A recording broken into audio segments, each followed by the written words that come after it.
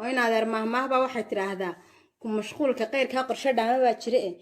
inta qof bilaadana magaciisa ku deene maalin baa dhagax dhigaysaan bari dhig maanta dhig saatan bari kuri baad dhisan lahayd inta qof bilaadana magaciisa ku mashquulsantiin inta xumaanta u isticmaashaa magaca qofka bilaadanka qof kasta bahaada aniga ahaado qof kala ahaado xumaanta u isticmaasha ee qofkii inta magaciisa ku qoratay haddana xumaan u isticmaalaysa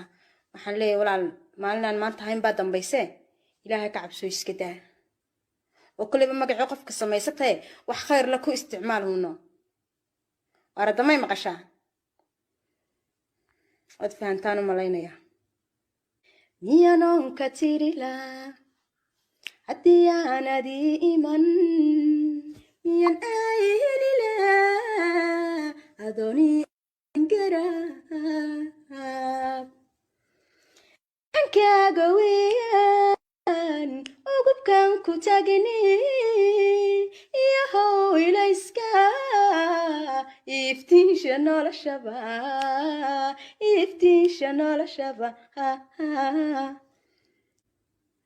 warheedha idinkaan idin weydiiye arrintaa dadka inta Facebook samaystaan qof magacii welibana ka soo caytamaya maaf lagaadooyina ma waxyaabo khaladaad oo fiicnanaya maxaa leedihiin asxaabtayda bal wax ka dhaha dadka gebigoodaba intii xuni intii wanaagsanina mood laakiin inagu labadaba waynu jecel lahay inta wanaagsan iyo inta xunba waynu jecel lahay way qalbigeena ballaaran asxaabtayda sharafta leh aad baan idin salaamayaa mar labaad iyo mar saddexaadba warniyo ilmaadeerayaal waxaa jira dad intay samaystaan Facebook magac qof ku samaystaan welibana aan wax khayr la ku sameeyay karin afkiisa ka soo bixi karin sheegayo oranaya hortaani Facebook-ayga runtahay waa kan wixii kale ee baadaragsan ku qorantay la sheegayaan malihi kayga saxdii waa kan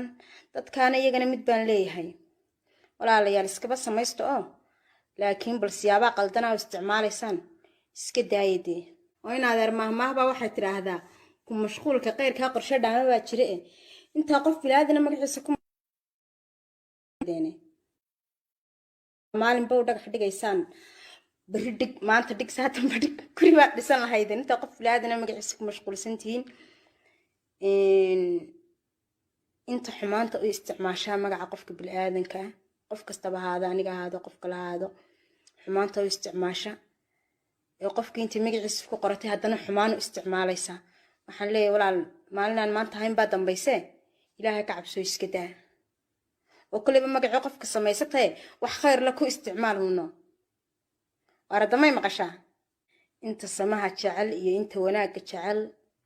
labadaba waan salaamayaa laakiin inta xumaanta jecel baan mid oranayaa xumaan waxba lagama faa'iido horaaba leeyahay xumaan weyn lagama buuxshe xumaanta iska daaya wanaagga ku dhaqma ya oo qofka bilaadana waxaan idinku codsanayaa inaydan qofka bilaadana magaciisa aydan xumaan ku isticmaalin ee kulliba haddaad samaystay aad wanaag ku isticmaasho hadda imakaba waan idin sheegay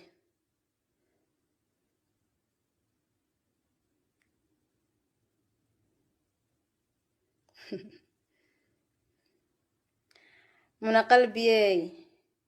walaalaad baan ku salaamayaa baraha bulshada ayaa beriyahan dambe waxa uu isku bedelay goob dadka caanka ah lagu dhibaateeyo oo lagu soo caayo iyaga oo laga dhigayo in ay iyagu soo qoreen qoraallo sidaad halkaas qoraalkaas uga jeedaan ogbaad aragsan ayaa ku qoran waxaa lagu soo qoray hees iyadoo laga dhigayo ereyada macnahooda waxa weeyaan durba waan hagaago dubbe shishle baan helay layskama duljiife dawlis buu sitaayo lama seego dabinka fiidkana madaalo ilaa waagu dilaaco lixda waan ka dhaanshaa dayacuu ibaday horay cid daweysa baa timid kaminsuun hees ayaa laga dhigay qofkaasi waxa uu iska dhigayaa ogbaad aragsan haddana maanta oo ay taariikhdu ahayd 23 August 21 ayaa waxa soo qoray erayo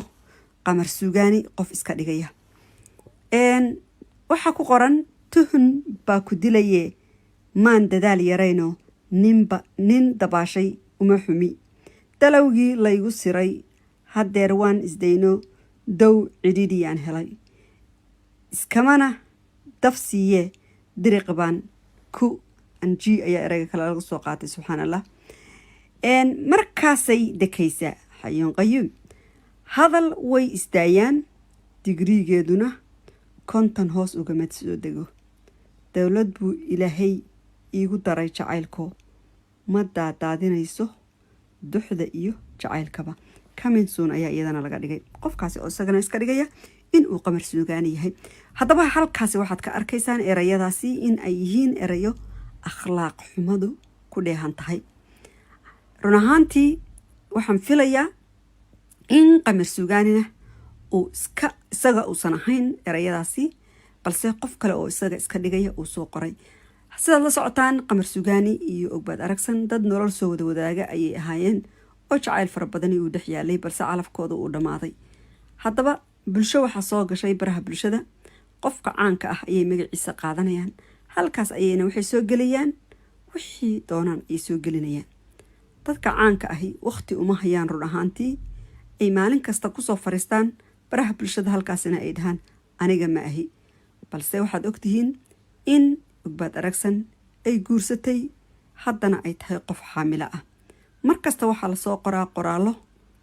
markii ay sawir qaato iyada oo urkeedii tusaysa in lasoo qaado oo la dhaho isaga oo lagu xumaynayo qamar suugaani sidaad la socotaan qamar suugaani isaguna waa uu guursaday gabar uu jecel yahay ayuu qabaa ubadku waxa uu ka mid yahay irsaaqada uu qofka ilaahigay ugu deeqo qofku doono waa siiyaa balse waxaad moodaa in ay bulshadu aad ugu degdegayaan qamar suugaani oo ay ku leeyihiin iyaga oo iska dhigaya inuu isagu isu hayo waa nin aan weli waxba dhalin maadaama uu soo guursaday ogbaad aragsan wax yar ayay isu soo qabeen run ahaantii guurkiisa haddana waa wax yar balse bulshadu waxaad moodaa irsaaqadii ilaahigay uu bixinayay in ay ka dhigayaan inuu shakhsigu isagu isa siiyo ama uu bixiyo run ahaantii aad ayay nasiib darro u tahay in dadka waxa sameynaya aysan ogeyn in ay ku dhaawacayaan qalbiyada dadka run ahaantii gabar masaakiin ah wax aan galabsatay aysan jirin in laga dhigayo in ay iyada tahay in ay show off ku sameynayso uurkeeda ay ugu dardaarmayso qamar suugaani absolutely wax dhici kara ma aha mana dhacayso erayadan la isu soo qoray dad baa soo qoray balse dadkaa soo qoray run ahaantii dhibaatooyin fara badan ayay u geysteen familiyadan isqaba ilaahay waxaan ka rajeynayaa inuu dadkaasi dhibaatooyinkasaa u sababaya u qalbiyadooda ka madoobeeyo xumaanta ay dadka la maagan yihiin run ahaantii waa dhaawac aad u weyn erayada la isla isticmaalay lagu hadlay waa anshax xumo waa akhlaaq xumo wax aan weligeed soomaali ka dhicin bay ahayd soomaalida heesaha waxaa iskugu gudbin jirtay laakiin weligeed erayo noocan oo wasakhaysan lama isticmaalin saas ayaad ku garanaysaa in bulsho dhaqan xun ay waxaan soo qorayaan nin abwaan ahna uusan waxan oo kale uusan soo samayn karin waa ciyaal suuqa heesaha la isu dulmarayo lama garan jirin macnahooda kana waxaad moodaa in erayo aad u fool xun oo dee iska cado ciyaal suuqa luqadoodii ah la isticmaalayo haddaba asxaabay fideogeeni maanta intaasi ayuu ku egyahay aad ayaan uga xumahay run ahaantii arrimahaas oo kaleeto fideoga noo like gareeya idinkoo aad u mahadsan sheerna noo dhaha waa sahrasahan oo idin leh intaan fideogan mid lamida ku kulmayno waxaan idinkaga tegayaa wasalaamu calaykum waraxmatullaahi wabarakaatu love you see you soon igadaa qabiil way dabar jare igadaa qabiil way duleeyaye igadaa qabiil qaran baa ideeqe igadaa dhiigdaatayo kala daadsanaan igadaa diifiyo darxumu waa halkay tagtee nagadaa qabiil qaran baana deeqe nagadaa